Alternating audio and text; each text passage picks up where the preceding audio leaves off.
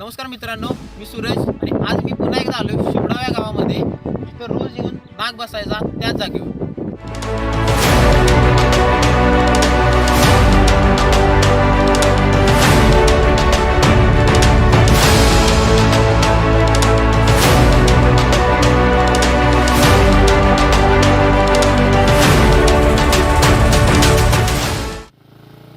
नमस्कार मित्रांनो, मी सूरज. स्वागत आहे तुमचं आपल्या यूट्यूब चॅनलवरती. तर मित्रांनो, मागच्या व्हिडिओला तुमचा सर्वांचा खूपच चांगला प्रतिसाद मिळाला, त्याबद्दल मनपूर्वक धन्यवाद. आणि तुम्ही दिलेल्या खूप साऱ्या कमेंट्समुळे मी हा डिटेल व्हिडिओ बनवतोय.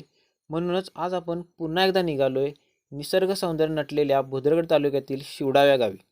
आपण निघालोय त्याच जागी जिथे गेले काही दिवस एक चमत्कारिक नाग येऊन बसलाय. आपण त्याच जागी जाऊन तो नाग तिथे येतोय की नाही ते पाहणार आहोतच, आणि त्याशिवाय त्या रहस्यमय जागेविषयी पण आपण अजून जाणून घेणार आहोत.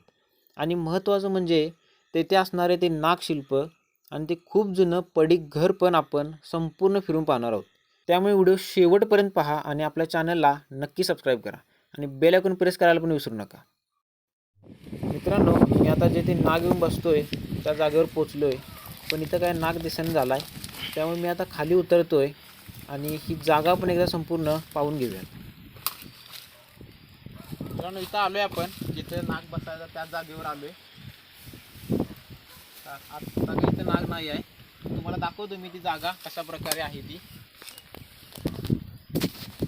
हे तुम्ही पाहू शकता, ही ती जागा आहे जिथं नाग येऊन बसायचा. मित्रांनो, आपण एकदा या झाडीच्या खाली पण बघूयात काय आपल्याला दिसतंय काय. पण इथे वेलीनं आणि या झाडीमुळे पूर्ण जाम झाल्यामुळे आपल्याला खालचं काही दिसेना झाले आणि दाखवता पण येणं झाले. तरी पण आपण थोडाफार प्रयत्न करूया की कशा पद्धतीनं आपल्याला या झाडीच्या खालचं एरिया जो आहे तो दाखवता येईल. हे मित्रांनो बघू शकताय, थोडीफार मी जागा केली खाली दाखवण्यासाठी. ही अशी वरती जागा आहे, साईडनं पण असं पूर्ण पॅक आहे आणि हे अशा पद्धतीने हे रोडच्या साईडलाच आहे. मित्रांनो, मी आता थोडं या जागेपासून बाहेर रोडवरती आलो आहे आणि तो नाग येतोय की नाही यासाठी आम्ही आता तासभर वाट बघणार आहोत आणि मग पुन्हा एकदा आपण ही जागा बघून घेऊयात.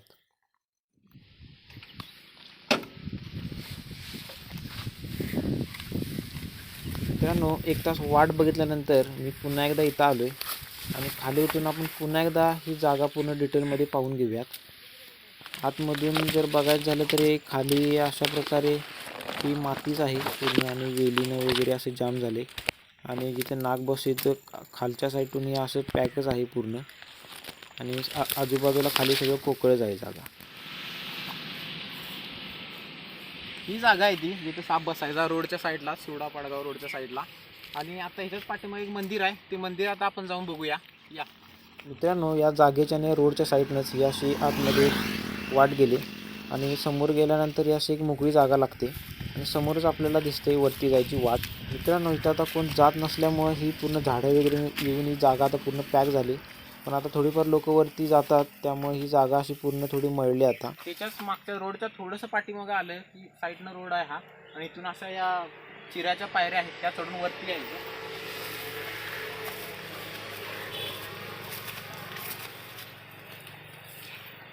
तिथं आल्यानंतर इथे एक पडीक घर आहे जुनं, पाहू शकता तुम्ही.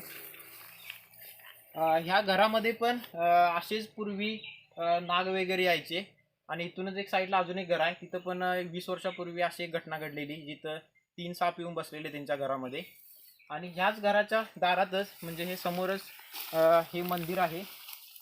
ते घर सोडून गेल्यापासून ह्या मंदिराची डागडुजी पण त्यांनी केलेली नाही आहे आणि हे असं पडीकच मंदिर आहे. हे पाहू शकता तुम्ही मंदिर. इथं ही अशी सापाची दगडावरती सापाचा असा आकृती कोरलेली आहे आणि ही एक पिंड आहे इथं. आणि हा एक नंदी आहे, त्यानंतर ही एक पिंडी आहे इथं, ही एक पिंडी आहे, हा एक नंदी आहे आणि ही एक पिंडी. आणि या अशा पद्धतीनं नागाची मूर्ती या दगडावरती कोरलेली आहे. बॅक साईडला बघूया, हे बॅक साईडला एक झाड होतं मोठं, ते तोडलंय झाड.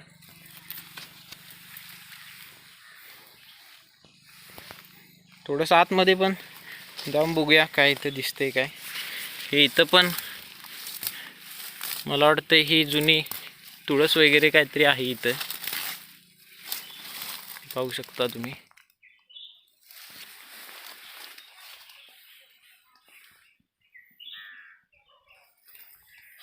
हे बघितल्यानंतर आपण आजूबाजूचा एरिया पण बघूया, इथं काय दुसरं काय आहे काय.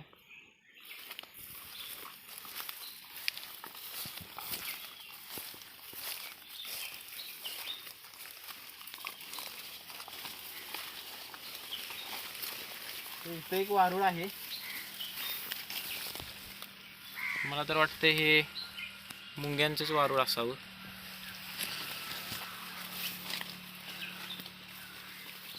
मित्रांनो आता इथूनच ही साईडला अशी इकडं वरती मोकळी जागा आहे आणि हे जे आहे ते आता जी मूर्त्या आहेत त्या मूर्त्यांच्या पाठीमागच ही अशी मोकळी जागा आहे आणि इथे असे फणसाची वगैरे झाडं आहेत थोडीफार आणि पाठीमागं पूर्ण अडचण आहे. जर कोण येणार असेल तर ही पायाखाली बघत पाठीमागं या, कारण पूर्ण पाला वगैरे आहे आणि एक घराच्या खापऱ्या वगैरे इथे ठेवलेल्या आहेत जुन्या, त्यामुळे इथं खूपच अडचण झाली. जर कोण बघायला येणार असेल तर सांभाळून या. आपण आता या मंदिराच्या साईडनं फिरून असं गोल फिरून आता इकडून असं बाहेर आलोय आणि आता समोर एक घर आहे.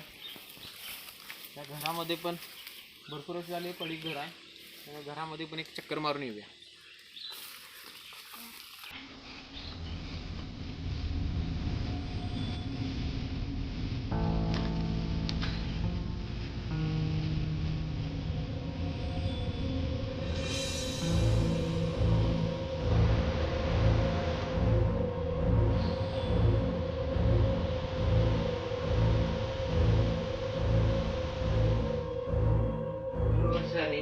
पडीक आहे, तुम्हाला दाखवतो मी.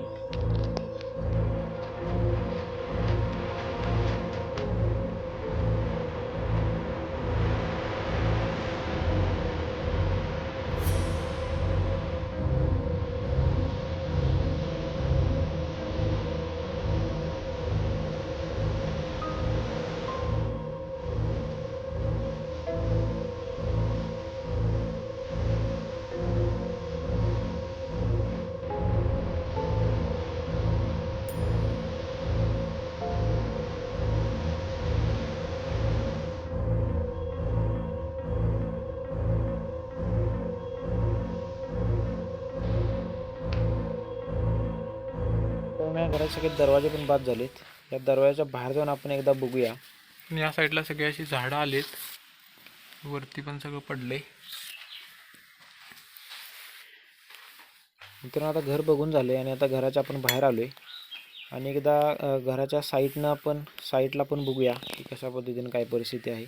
हे साईडला पण आणि समोर सगळीकडेच, म्हणजे घराच्या आतमध्ये पण बाहेर पण समोर सगळीकडे जे अशा पद्धतीनं गवत आणि वेली झाडं वगैरे येऊन असं पूर्ण हे पॅक झाले आणि घर पूर्ण पद्धतीने हे पूर्ण बाद झाले घर. हे दारातून हे समोरच आहे मंदिर हे.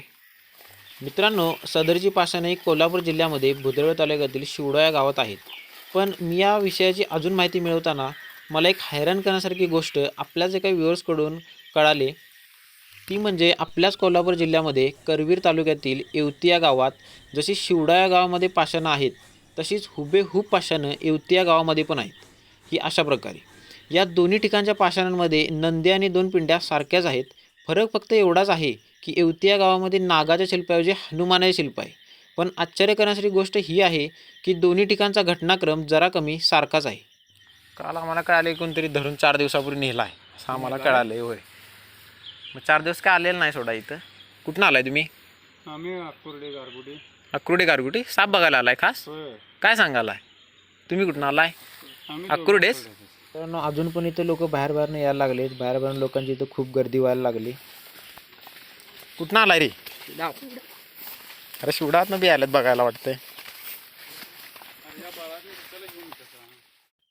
मित्रांनो म्हातारी माणसं असू देत किंवा लहान मुलं असू देत, आजूबाजूच्या गावातून पण ही अशा प्रकारे मुलं इथं येऊन हे बघण्यासाठी सायकल घेऊन आलेत आणि मोठ्या प्रमाणात लोकांची इथं गर्दी व्हायला लागली हे बघायला अजूनसुद्धा.